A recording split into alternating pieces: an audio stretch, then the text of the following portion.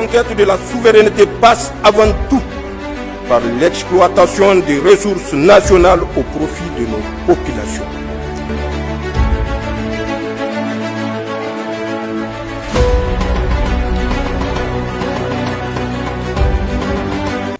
Porteuse d'un message du président de la République islamique de Mauritanie, l'envoyé spécial, ministre conseillère à la présidence, reçu par le président de la République, chef de l'État, le général d'armée Abderrahmane Tiani, s'est étayé sur des questions de coopération dans divers domaines, répondant aux préoccupations communes aux deux États.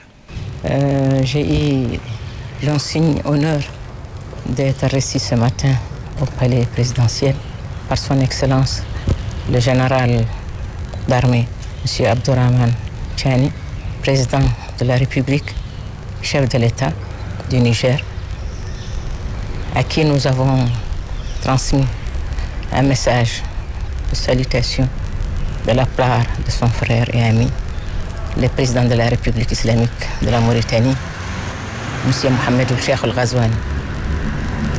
Cette visite rentre dans le cadre de renforcement des relations entre la Mauritanie et le Niger, qui sont des relations anciennes, historiques, solides, et nous avons discuté de la nécessité de les renforcer et de les hisser à un niveau plus élevé.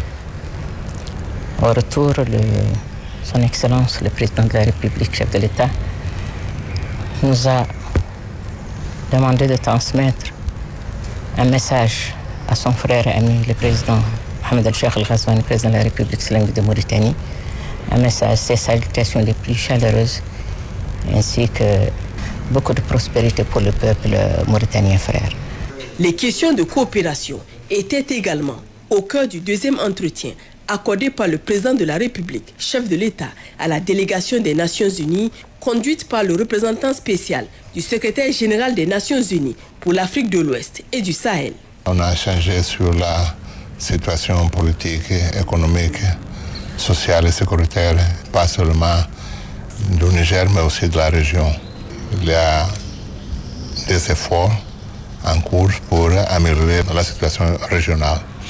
Mais il y a aussi des préoccupations, surtout au domaine sécuritaire, et la montée du terrorisme et le soutien que le terrorisme a pour continuer à créer des perturbations dans le pays.